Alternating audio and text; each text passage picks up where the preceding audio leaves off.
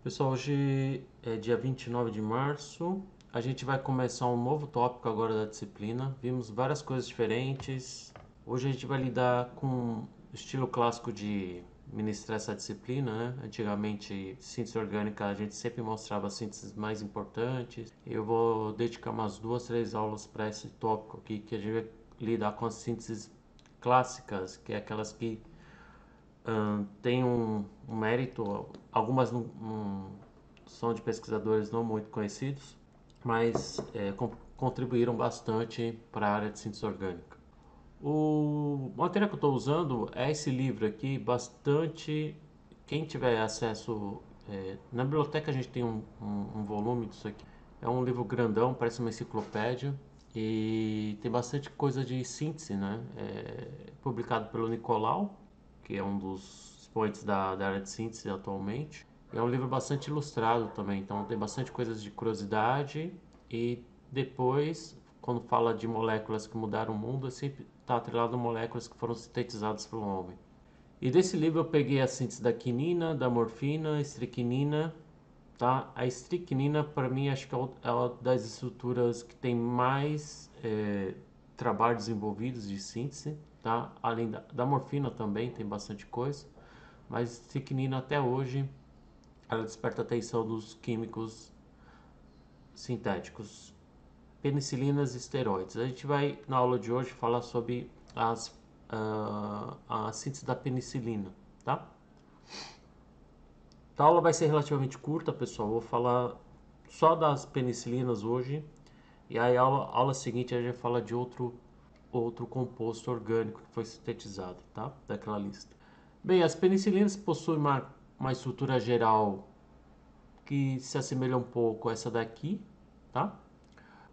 A parte mais importante da penicilina, e assim como alguns outros tipos de antibióticos, é esse anel lactâmico, tá? Lactama é o grupo funcional que consiste em uma amida cíclica, certo? Aqui pode ter um certo número N de carbonos. E essa classe, essa função aqui de anel de 4, a gente chama de beta-lactama. Por que chama beta? Né? Se a gente montar um anel de 4, a gente tem o alfa e o beta carbonílico, né? Então esse é um beta-lactama. Beta-lactama já subtende que são de apenas 2 carbonos, além do nitrogênio e a carbonila no anel. Então esse anel beta-lactâmico aqui é uma classe de antibióticos, né? O mecanismo de ação está muito associado à reatividade das beta-lactamas. E o que difere entre outros antibióticos beta-lactâmicos é essa porção aqui, certo? E essa outra porção aqui, tá? Nessa porção aqui a gente difere as penicilinas, é o que caracteriza as penicilinas, é ter esse anel com enxofre. Esse lado também difere alguns tipos de penicilinas, mas as penicilinas e as cefalosporinas, que são os dois tipos principais de antibióticos beta-lactâmicos, diferem mais para esse lado aqui, tá? A gente vai falar um pouquinho mais sobre os beta-lactâmicos, os antibióticos beta-lactâmicos lá no final da aula. Então, penicilinas são que tem essa daqui, né? Entre os antibióticos beta-lactâmicos, os dois principais, eu estou adiantando porque é uma área que a gente tem as penicilinas e as cefalosporinas, tá? Mas existem outros, os dois principais são esses. Vou falar com mais detalhes. Bem, eu vou falar basicamente a parte mais a contextualização das penicilinas, né? Porque a penicilina virou alvo de síntese, está muito atrelada à descoberta, diz que foi acidental, né? Do Alex Fleming. Se não me engano, o Alex Fleming, eu acho que ele era um microbiólogo, né? Aqui está uma foto dele segurando uma placa de Petri e uma colônia de bactérias.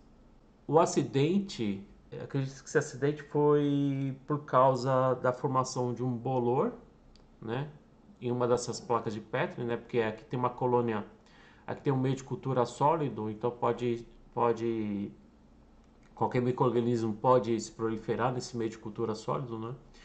Por mais que a gente siga condições de asepsia, a gente tenta sempre cultivar um tipo de micro-organismo. E nesse caso aqui ele acabou contaminando, né? E aí criou esse bolor e, e nessa região do bolor aqui notou-se uma área limpa, né? Em volta antes dessas colônias de bactérias, que é as colônias de bactérias que o Fleming estava estudando.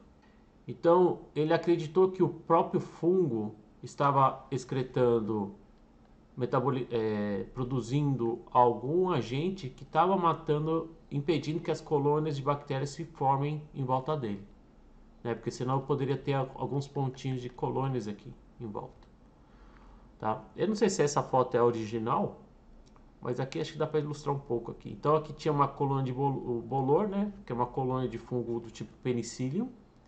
E aqui em volta tem uma área de lise que ele chama, né? Que é onde as bactérias não conseguiram proliferar. E aqui existem as colônias de estafilococos espalhadas aqui em volta da placa.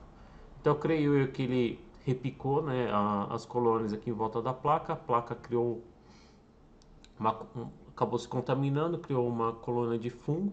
E em volta do fungo havia essa área aberta, né, limpa, parecendo que não tem nenhuma colônia de bactéria. E ele achou que isso está associado a alguma coisa que o fungo estava produzindo.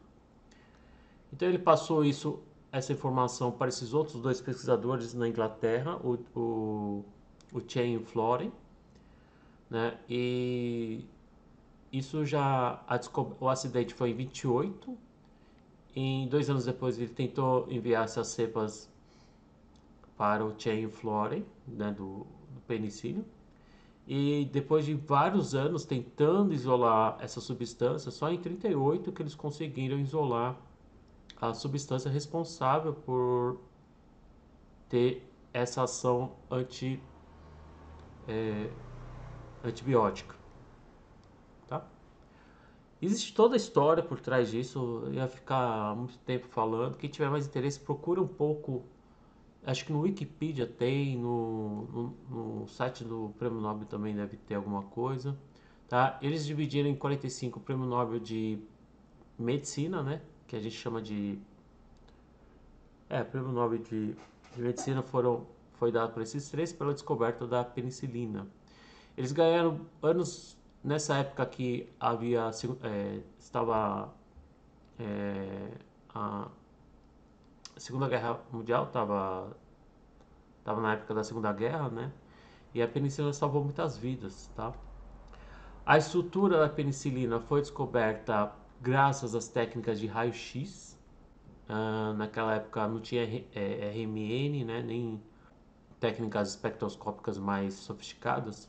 Então a Dorothy Hodgkin ajudou a determinar estruturas. Eu não sei se ela ajudou diretamente na estrutura da penicilina, tá? Mas como ela ajudou no desenvolvimento da espectroscopia raio-x, ela direta ou indiretamente contribuiu para a descoberta da estrutura da penicilina, que é crucial para você começar a pensar numa síntese em laboratório, né? Você precisa saber primeiro a estrutura, né? Depois para você conseguir elaborar uma rota de síntese. O primeiro que fez síntese no laboratório a partir de reagentes mais simples foi o John Sheehan, tá? Essa é a síntese que eu vou comentar para vocês. Mas hoje a penicilina, eu não sei se ainda a penicilina é produzida, mas acredito que a produção atual de penicilina está baseada em fermentação, tá? Então é como se fosse uma semissíntese.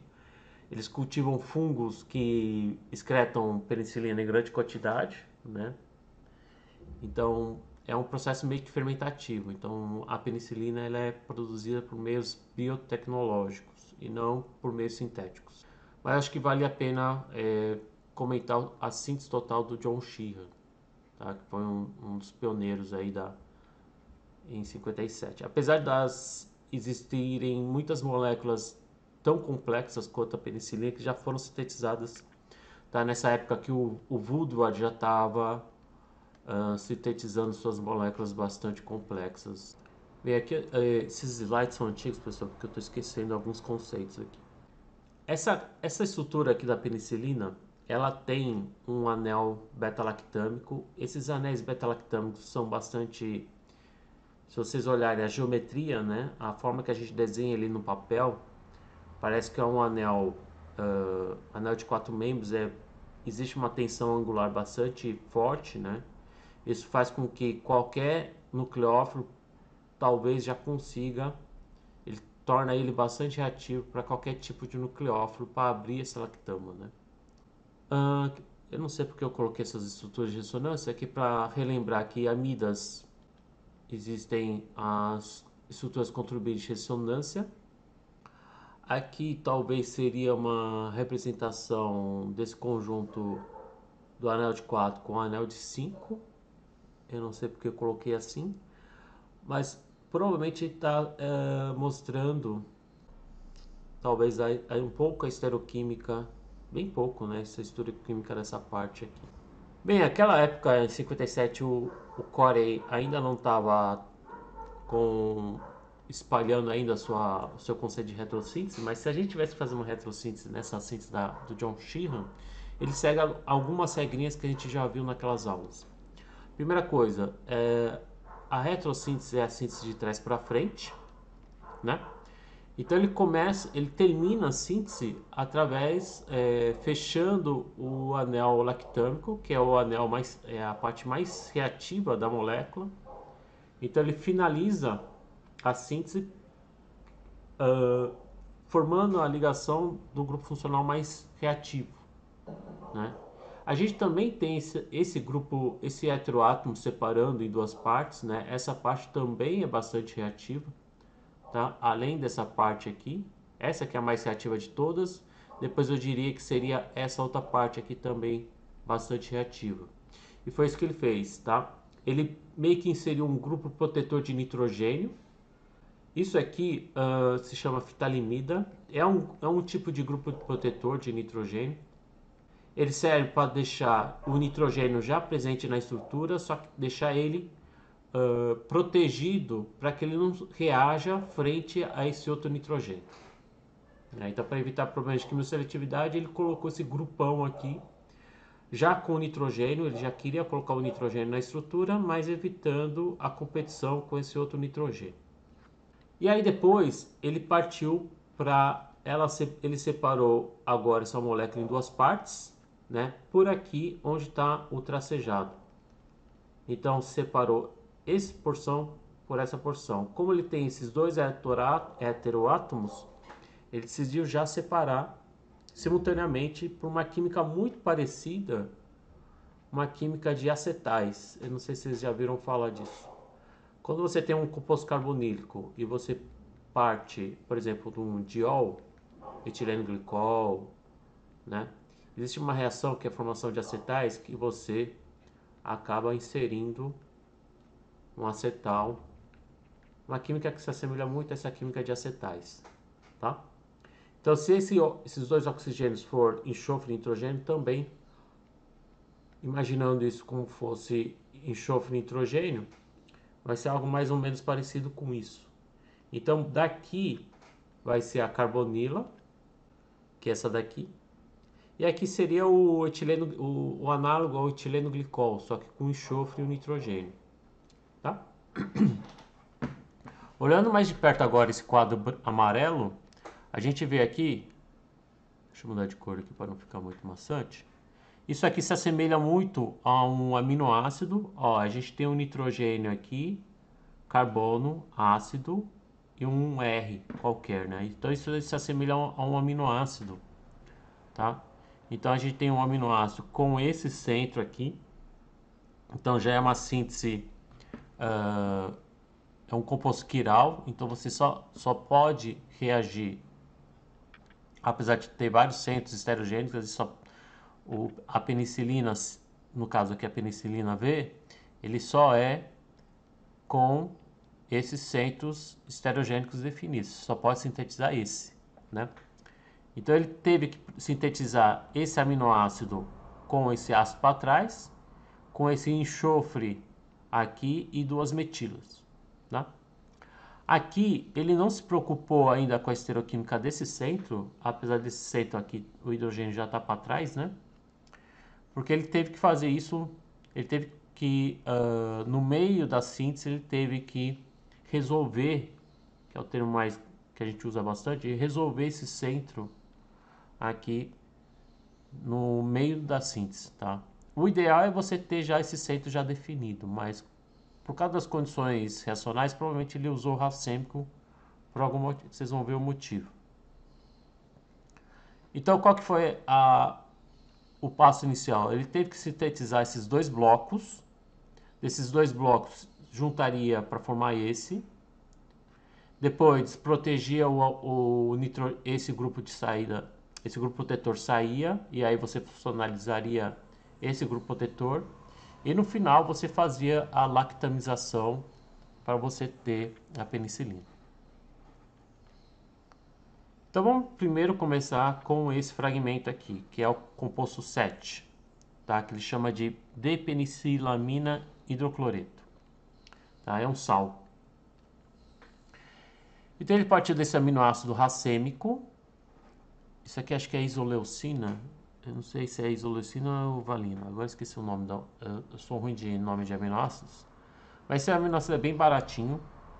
E ele teve, então, a difícil missão de inserir um SH aqui. Ó. Você precisa inserir um SH aqui. Como que ele fez isso? Olha só como ele parece uma rota complicada, né? Ele primeiro reagiu com esse cloreto de ácido. Então vamos bem devagar, tá, pessoal? Cloreto de ácido. Eu vou escrever por extenso. Aqui é um cloreto de ácido derivado do ácido cloracético. Pergunto para vocês, onde que isso aí, o que que vai acontecer? Bem, eu tenho aqui um nitrogênio, par de elétrons livres. E aqui eu tenho um derivado de ácido carboxílico bastante reativo. Eu tenho um grupo de saída e uma carbonila. Então eu tenho um carbono rico, pobre em elétrons. Nitrogênio rico, carbono pobre. Provavelmente vai ocorrer então uma formação de amida aqui, certo? Foi isso que aconteceu. Então formou amida aqui. Depois ele joga anidrido acético. E aí de repente vira esse composto cíclico aqui.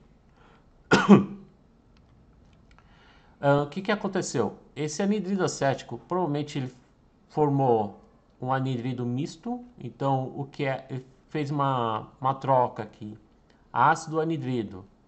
Esse anidrido vira ácido e esse ácido vira anidrido. Então ele vira esse COH aqui.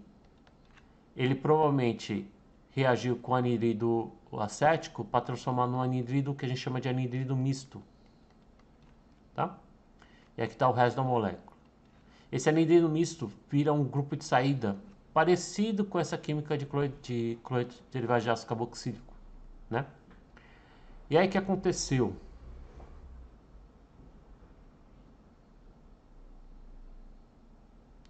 Tá? É um mecanismo bem punk, mas provavelmente ocorreu um ataque, então eu vou colocar aqui um AC. Eu vou colocar um AC aqui, tá? Ele reagiu aqui, subiu, voltou, expulsou o grupo de saída. Então ele virou um bom grupo de saída, tá? Deixa eu ver se dá certo isso daqui.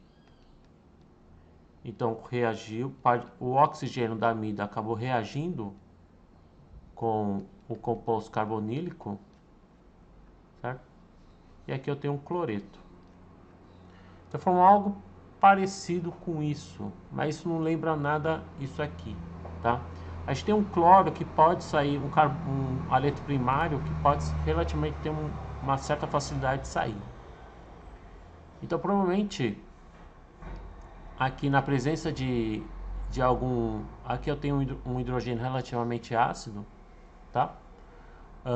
Qualquer base que tiver no meio, apesar de a gente ter apenas anidrido, uma base que tiver no meio pode abstrair esse hidrogênio, formar uma dupla, que é essa dupla aqui.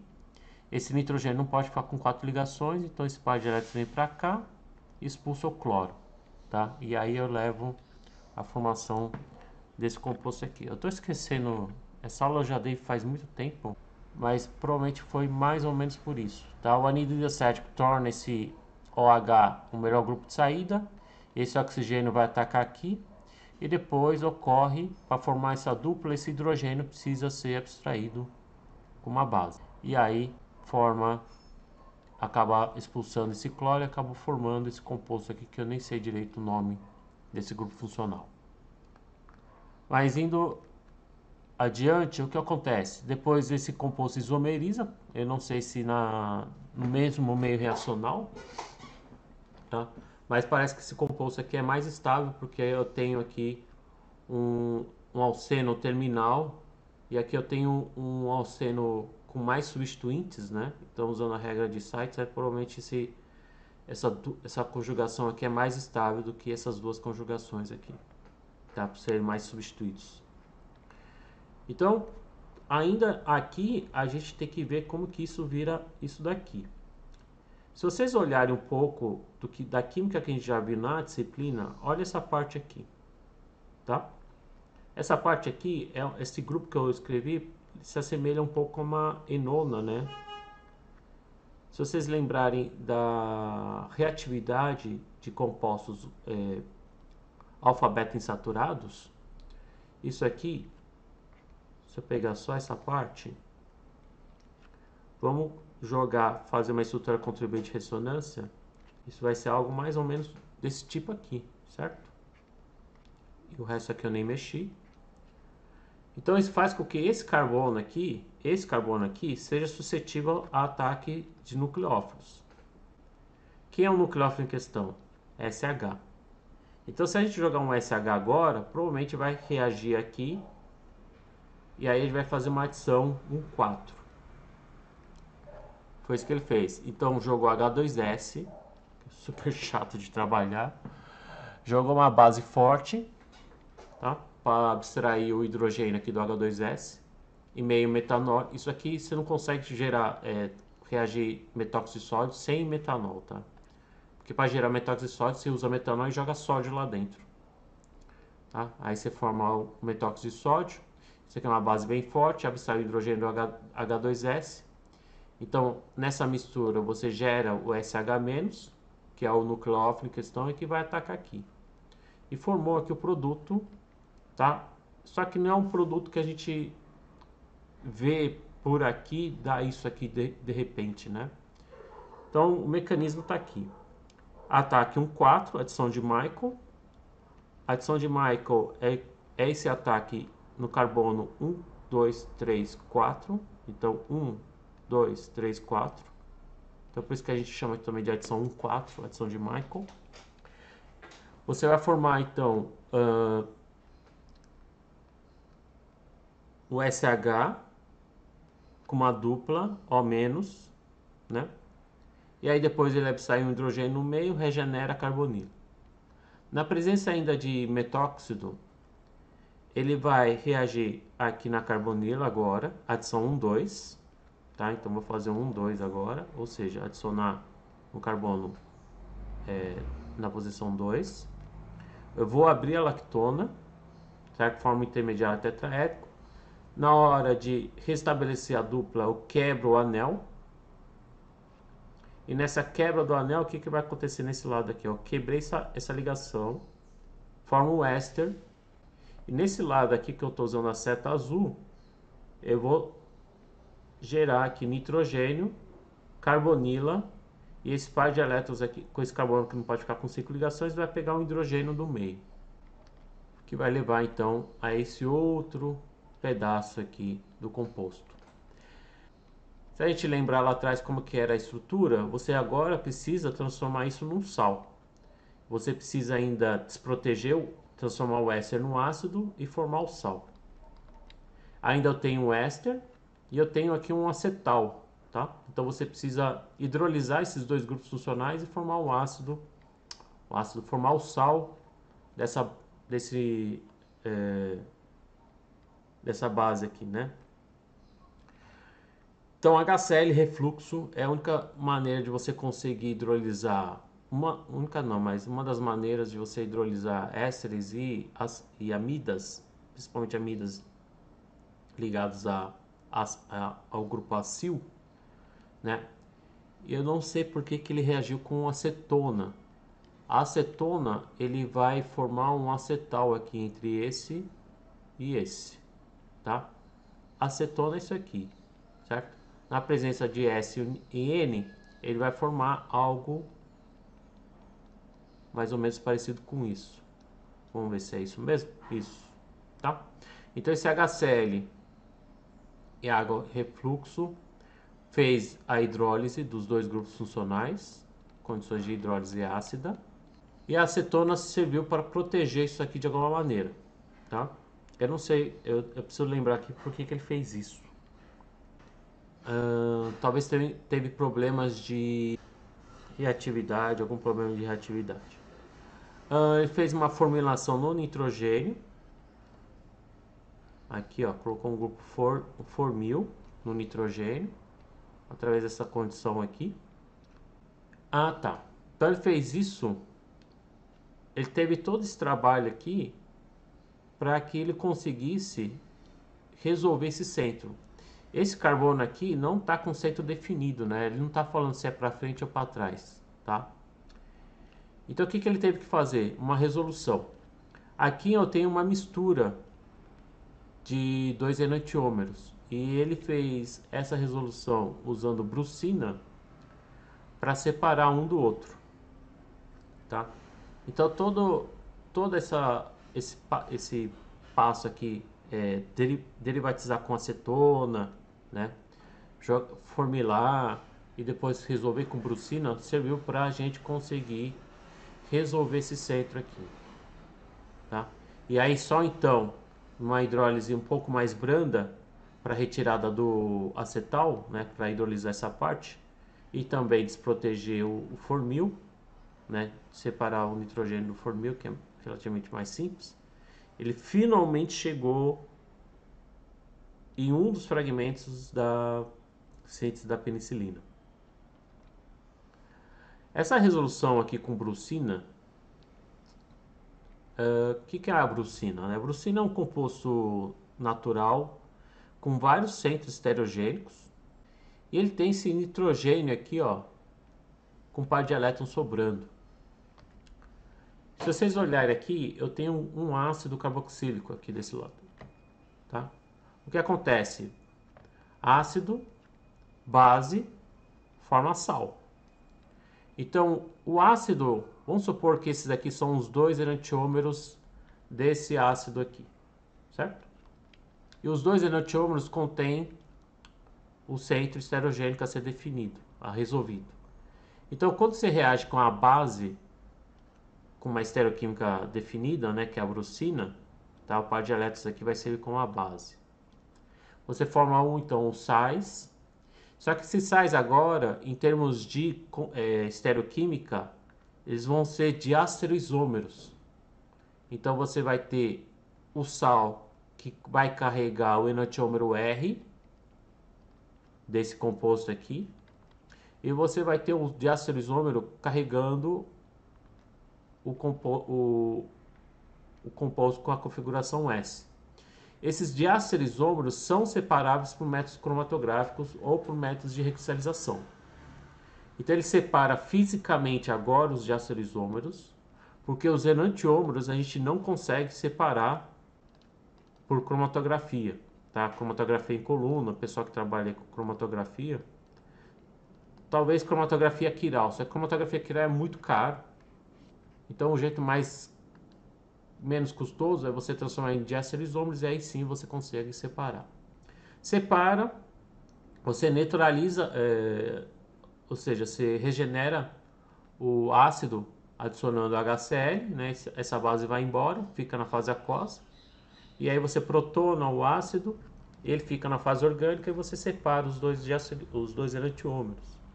Então foi isso que ele fez nessa parte aqui, tá? Então ele jogou um composto altamente com vários centros quirais e contendo um sítio básico para formar o sal. Esse sais, provavelmente a plaquinha, quando você faz o TLC ou uma cromatografia analítica, você consegue separar esses dois. Ele fez a separação e ele estava interessado em apenas com esse ácido para trás. Tá? Professor, por que ele não começou a síntese lá atrás com esse CO2Me para trás já, né? Esse aminoácido já não seria... esse aminoácido não existe, os aminoácidos já não são quirais? Então, provavelmente ele usou o racêmico por causa da necessidade dessa adição 4 aqui do enxofre, tá? E para você inserir o SH, esse centro aqui, ó, ele está com carbono sp2, ele está sem estereoquímica. Então, essa adição aqui, hoje em dia dá para fazer essa adição controlada, né? Mas naquela época não teria como você adicionar esse SH sem manter a estereoquímica desse centro, porque momentaneamente ele teve que transformar num carbono sp2. Então, provavelmente por isso que ele teve que resolver lá na frente esse centro aqui. Vocês estão me acompanhando, pessoal? Eu já falei que ia ser um pouquinho complicado essa parte. Beleza? Então ele finalizou só essa parte aqui, ó. É um aminoácido relativamente simples, né? Mas perceberam que ele teve bastante trabalho, né? Década de 50, imagina. Meu pai tinha 15 anos, não, 15 anos. Minha mãe tinha 10 anos. A química daquela época era bem diferente da química que a gente faz hoje em dia, né? O que resta agora? Fazer esse outro pedaço aqui. Esse outro pedaço aí sim já é um pouco mais simples, tá?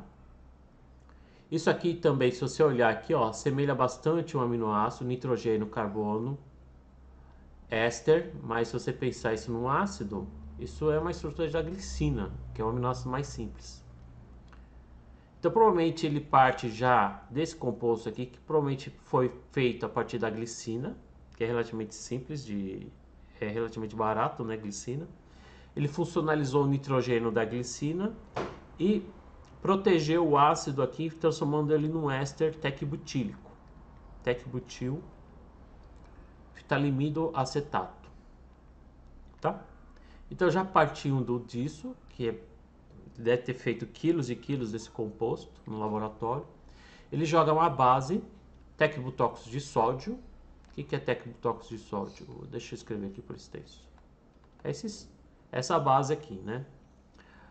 Isso aqui é muito básico, vai abstrair o hidrogênio mais ácido dessa molécula. Cadê o hidrogênio mais ácido dessa molécula? Bem, temos hidrogênios aqui do anel, temos dois aqui e temos hidrogênios do tecbutil, certo? Os hidrogênios mais ácidos são esses dois aqui, ó. Tá? Por que são esses dois? São alfa carbonílicos. Então ele joga a base, então abstrai um desses hidrogênios, formou essa espécie aqui, e depois, no segundo momento, ele joga esse éster meio esquisito aqui, né? Um éster derivado do ácido do formiato, tá? Ele jogou isso aqui. Então isso aqui, ó, aqui a gente tem um carbono bastante deficiente em elétrons, então vai acontecer o quê? Isso aqui vai para cá e na volta expulsa o grupo de saída, que é o tecbutóxido, né? Então nesse ataque aqui, o que aconteceu? Eu formei uma ligação entre esse carbono com esse carbono aqui e expulsei isso aqui. Então eu adicionei um formil aqui, um grupo C-OH. C-OH a gente escreve desse jeito aqui. Tá? Ó, dessa vez foi bem mais simples. Então eu já tenho um composto 8 feito aqui. Tá? Através de uma simples alquilação desse carbono, é uma química que a gente chama de química de malonatos, né? Química de alfa-carbonílicos. Que a gente ataca aqui qualquer o carbono eletrofílico, você insere aqui, no caso ele inseriu um aldeído. Então tá pronto. Agora falta juntar esses dois, então eu vou juntar essa parte com esses dois aqui e ver o que acontece. Nessa reação, o que a gente tem que prestar atenção agora? Quando finalmente reagiu esses dois, ele usou condições acetato de sódio, etanol, água. Foi a condição melhor que ele obteve para fazer essa reação.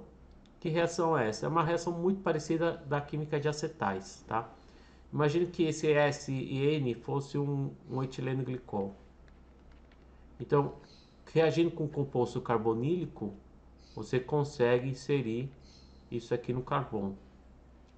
Só que agora não são oxigênios, é um enxofre no nitrogênio. Então formou esse carbono aqui, pessoal, para vocês se localizarem, se ainda estiverem se localizando, tá aqui, né? E o S e o N tá aqui. O importante aqui é notar que esse carbono não tá com a configuração com centro definido, então eu tenho uma mistura mais menos, certo? Em termos de estereoquímica, ou eu tenho a mistura RS desse composto. Então tem uma mistura racêmica reagindo aqui. Então reagiu o racemato desse composto com isso daqui. E aí o que eu obtive? Eu obtive uma mistura de asteromérica. Por que eu obtive uma mistura de asteromérica? Porque esse centro aqui já está definido. Então, como você tem um centro já definido reagindo com outros dois, você vai ter dois produtos, certo? Aqui. Nessa posição, eu vou ter que usar outra cor para ajudar a localizar. Então, esse centro aqui não estava definido. Ele aparece aqui e aqui, certo? Esse carbono aqui, ele era um carbono sp2, uma carbonila. A partir do momento que ele reage com essa outra parte, ele acaba virando sp3, né? Que está aqui, ó. Tá? Então nessa reação que eu já tinha um centro aqui, eu acabei criando mais dois, além do centro que já está para trás, certo? O interessante é que nesse ataque aqui, eu formei esse centro aqui, ficou com enxofre para frente. Agora eu preciso lembrar por que ficou só nessa posição aqui, porque eu poderia ter o para trás aqui. Mas acho que ele restringiu mostrar só. Ainda eu tenho aqui uma mistura desse e uma mistura desse, tá? Vamos adiante aqui, depois eu explico. Aqui então ele separou esses dois por cromatografia ou por hexalização, não lembro qual que foi o método de separação, mas como são de áster isômeros, a relação dos dois é de áster isomérica, você consegue separar fisicamente. Então ele pegou o D, alfa 6, o de interesse, tá? Porque ele precisa com esse centro aqui com o enxofre para frente, tá? O que você precisa fazer agora? Ele está chegando quase no final da penicilina. Eu preciso agora desproteger o grupo protetor e transformar naquele grupo que estava na estrutura da penicilina e depois fechar aqui a lactama. Então a primeira coisa, ele jogou hidrazina. Hidrazina, se não me engano, faz desproteger a fitalimida. Transformou em NH2 e jogou ácido meia-aquoso para formar um sal aqui, ó. Por que pareça, não aconteceu nada com éster. Fiquei surpreso aqui, tá? E aí sim, agora eu tenho esse grupo funcional, esse, e na reação com esse grupo aqui que insere no nitrogênio, não me perguntem por que ele não funcionalizou aqui, mas provavelmente é uma química entre nitrogênio, amina primária e amina secundária. A amina secundária poderia ter reagido mais, né? Então tem algumas coisas aqui que eu não vou lembrar. A gente precisava reler lá o livro de novo e explicar por que ele conseguiu fazer essa amida na posição que ele queria, tá? Mesmo com esse nitrogênio livre, leve e solto, tá? Pode ter a ver com impedimento estérico? Pode ser impedimento estérico, tá? Alguma coisa do tipo. Então ele acabou reagindo com essa amina mais livre estericamente com esse cloreto de ácido, que é esse grupo necessário que faz parte da penicilina V. Então com esse grupo aqui, o que falta fazer? Juntar esses dois aqui e fazer a beta-lactama. Primeira coisa que ele fez foi hidrolisar o éster. Se não me engano, Aconteceu alguma coisa aqui, mas eu não lembro o que que era, mas para justificar a adição desse outro aqui, mas é para neutralizar. Ah, é.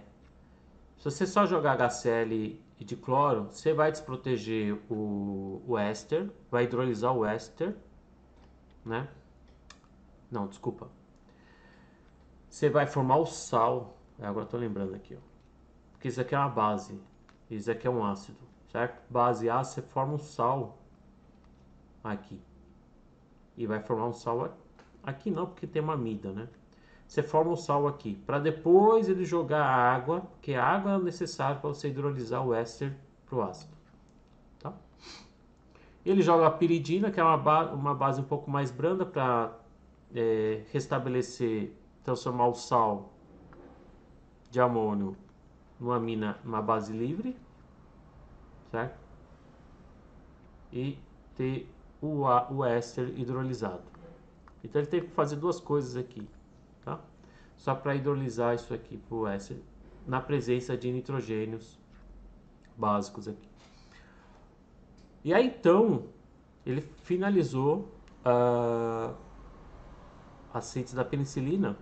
Primeira coisa, o que ele teve que fazer aqui? Ele jogou KOH. KOH vai converter esse ácido aqui nesse sal. Ok? E ele jogou um reagente que o pessoal aí, o Renan tá aí, né? Ô Renan, sabe que estrutura é essa aqui? Esse é o diciclo exil carbodimida. É o DCC, tá? Ele foi um dos primeiros agentes acopladores. Ligação amida, pessoal, existe uma química vasta, gigantesca de como você faz uma ligação amida. A gente viu na disciplina que é muito fácil você fazer uma amida a partir de amina e um cloreto de ácido. Só que existem situações, principalmente intramolecular, aqui ó, eu tive que fazer uma amida intramolecular e anel de 4. Tá? Provavelmente ele deve ter testado o cloreto sulfurilo, tentar transformar isso em cloreto de ácido, mas provavelmente ele não conseguiu. E a única maneira que ele teve, ele encontrou esse reagente aí, eu não sei se foi ele que descobriu, ele que inventou o DCC, né? Descobriu que o DCC faz essa reação. Mas mais para frente começou a surgir muitos trabalhos de agentes acopladores, tá? DCC, DIC, HOBT, existem vários outros agentes acopladores aí que o grupo do Renan trabalha bastante. Aqui é a foto do Don Sheehan, aqui ele faz um relato sobre toda essa síntese da penicilina, o trampo que foi fazer esse composto. Eu não sou muito bom em inglês, vamos tentar ler aqui. No momento da minha síntese bem sucedida da penicilina V em 57, eu comparo o problema de tentar sintetizar penicilina como, por métodos clássicos, como tentar reparar um mainspring, é um tipo como chama isso? Essas pecinhas do relógio fino com reparar um relógio desses com uma reta e uma bigorna, alguma coisa assim, né? O que tinha que falar aqui, pessoal? Tô esquecendo mais uma coisa. Rendimento. Quando a gente determinar um rendimento de uma reação, então eu não sei quantas etapas demorou aqui. Na verdade, ele fez uma síntese convergente, né? Existem duas maneiras de fazer síntese. Existe em termos de planejamento, né? Existe a síntese linear e a convergente. A linear é aquela que você faz um atrás do outro, A, B, C, D, e vai continuando, vai transformando a estrutura até chegar na molécula alfa. A convergente seria algo mais ou menos desse tipo. Você procura sintetizar dois fragmentos grandões, então você faz duas sínteses paralelas de estruturas diferentes. Foi o que o Sheehan fez aqui, né? Junta esse, faz mais algumas etapas e chega na molécula alfa. Em termos de rendimento, uma coisa que a gente tem que prestar atenção quando publica uma síntese total é a questão do rendimento, tá? Então aqui, uma síntese linear, você pega os rendimentos de cada etapa e vai multiplicando. Então, por exemplo, se você tem aqui 80%, 80%, 80%, 80%, se você tem 4 etapas e cada etapa deu 80%, o rendimento total não vai ser 80%, né? Não vai ser a média, mas sim a soma desses rendimentos.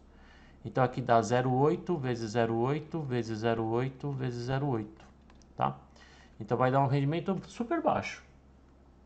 Então se você fazer 0,8 vezes 0,8 vezes 0,8 vezes 0,8, já vai dar um rendimento. Se você tiver 4 etapas de 80%, você já vai ter um rendimento global em torno de 41% já, tá? O que é para 4 etapas é ainda um pouco baixo. Por isso que a indústria farmacêutica martela muito nos processos para que os processos tenham o maior rendimento possível. Porque numa síntese bastante longa, o rendimento compromete muito, né, o andamento do processo. Então os rendimentos têm que ser todos.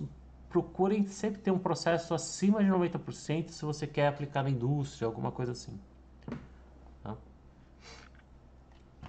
Principalmente em insumos farmacêuticos, em que você vai precisar usar ele para uma próxima etapa. Em sínteses convergentes, também a gente calcula o rendimento para o D, calcula o rendimento para o H e vai calculando os rendimentos até dar o rendimento da molécula-alvo. Tá? E é uma conta, então, que muitas vezes o rendimento total beira, dependendo do tamanho da molécula e do número de etapas, mas geralmente beira abaixo de 20%. Tá?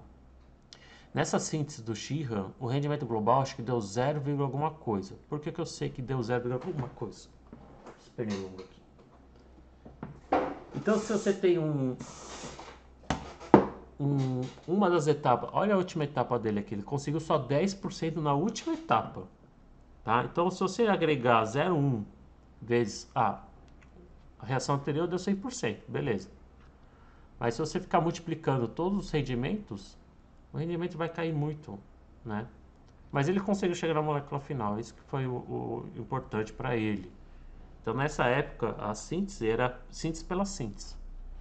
Ele ainda não tinha nenhum interesse em tentar transformar isso num processo em escala industrial.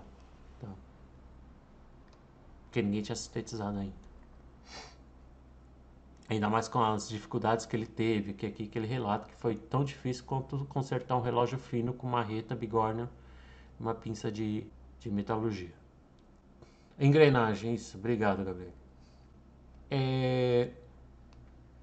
A gente sabe da grande importância histórica da penicilina, né? Por isso que é uma das moléculas que os autores escolheram, moléculas que mudaram o mundo. A penicilina salvou muitas vidas, não só durante a guerra, né? Mas para muitas outras doenças também. É um antibiótico que foi bastante aceito. Óbvio que tem gente que tem reação, né, com penicilina, então a gente costuma fazer. Antigamente, né, quando a penicilina era bastante usada, hoje em dia já não é muito mais, né? A gente fazia um teste para ver se a pessoa não tinha alergia à penicilina. Pode dar choque anafilático, você pode até morrer. Porque a dose de penicilina é bastante alta, né? Você precisa consumir bastante. Aí tem um efeito de uma menina com alguma infecção. E aí o início da penicilina já começou a melhorar bastante. E depois a menina mostra a foto da menina curada, tá? Então, eu sei que é meio chato ficar mostrando foto de pessoas doentes. Eu só queria encerrar esse assunto falando um pouco, abrindo um pouco mais o assunto. Eu falei bastante de síntese, que é bastante específico, mas eu estou finalizando agora abrindo um pouco mais o assunto. Que é falando de antibióticos de maneira geral. Essa figura aqui, esse contorno amarelo aqui, está representando uma bactéria. Tá? Então aqui é a parede celular da bactéria, aqui o interior, tá? E o material genético no interior da bactéria. Existem proteínas, existe um material genético, o mRNA, tudo mais, tá? Na membrana da proteína existem canais que trocam de substâncias com o meio, né? Então são canais que são basicamente proteínas também, tá? E aqui alguns componentes importantes da parede celular: parede interna, mureina, parede externa e assim vai. Quando você desenvolve um antibiótico, existem vários tipos de antibióticos com diferentes mecanismos de ação. Então, essa classe que a gente falou das beta-lactamas está aqui, ó, tá? As beta-lactamas, eles têm um mecanismo de ação, ele atua para inibir a síntese da parede celular. Existem outras classes de antibióticos, por exemplo, as sulfadrugs, que eram bem uma classe antiga de antibióticos. Eles inibiam a síntese de folatos que era síntese de folato mesmo? THF. Eu esqueci agora o que era esse metabólito aqui que faz parte faz parte do metabolismo da bactéria, né? E quando você inibe algum processo metabólico da bactéria, ela acaba morrendo. Existem alguns antibióticos que têm uma ação relacionada a inibir mecanismos de transcrição genético, então DNA vira RNA, então deve inibir provavelmente alguma parte do processo de transcrição. Existem alguns antibióticos que inibem também alguns processos de replicação do DNA, tá? Existem as micinas, né? Rifamicina é um tipo. Esses inibidores de girase também está atrelado à replicação do DNA. Tá cheio de mosquito aqui hoje. Existem alguns tipos de antibióticos, as tetraciclinas, a eritromicina entra aqui também. Eritromicina é um antibiótico muito conhecido. Cloranfenicol também é um antibiótico bastante conhecido. Acredita que eles inibem a tradução de RNA mensageiro em proteínas. Então, inibindo a produção de proteínas importantes, a bactéria acaba morrendo. Tá? Então, existem vários tipos de antibióticos, cada um deles com alvos diferentes, principalmente inibindo algum processo metabólico da bactéria. Tá? Alguns antibióticos que afetam o transporte de substâncias entre o meio celular e o exterior também tem alguns tipos de antibióticos que atuam nesse sentido. Tá? O nosso está aqui, da aula de hoje. Tá? Então, como que essas beta-lactamas inibem a síntese parede celular? Por mim, parece relativamente simples. A parede celular de bactérias geralmente são cadeias, são formadas por cadeias. Tem uns 3 mosquitos aqui. Aqui tem uma cadeia, uma cadeia polimérica de açúcar e intercalada com cadeias de peptídeos. Esqueci o nome desse negócio. Não é oligopeptídeos. Aqui são as cadeias que compõem cadeia polissacarídica, né? Intercalada com algumas cadeias de NAG, que era aqui, como é que chamava esse bendito composto aqui? Isso aqui é um açúcar, né? Com nitrogênio, que eu esqueci o nome agora, pessoal. Tá? Mas o importante é que a penicilina, ele mimetiza um substrato envolvido na síntese da parede celular, que é uma cadeia peptídica que contém na sequência de peptídeo ala-ala. Tá? O que é ala-ala? Alanina, 2 alaninas ligadas entre si. O sítio enzimático que está envolvido na síntese da parede celular, tá? Um mecanismo enzimático.